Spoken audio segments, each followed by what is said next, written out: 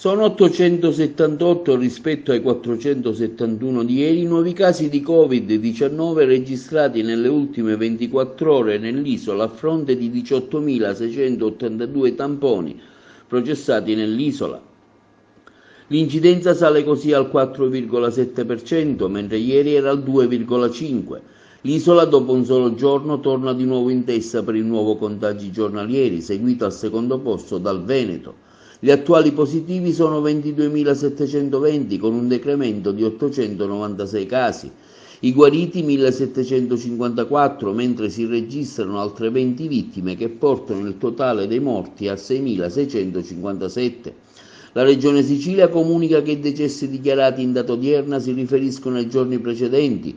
Sul fronte ospedaliero sono adesso 796 ricoverati, 34 in meno rispetto alla giornata precedente, mentre in terapia intensiva sono 99, uno in più rispetto a prima.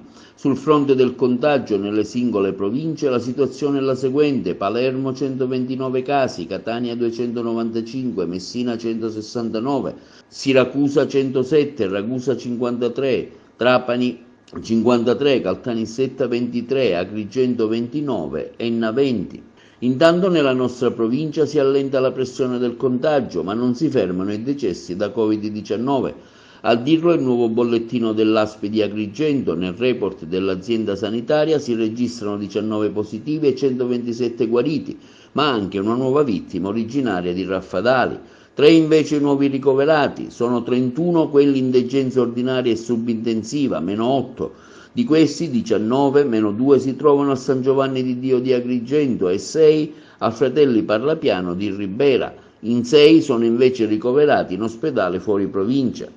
E il governo Draghi ha anche approvato il decreto unico per il Green Pass, che diventa obbligatorio per 18 milioni di persone, di cui 4 milioni non ancora vaccinati.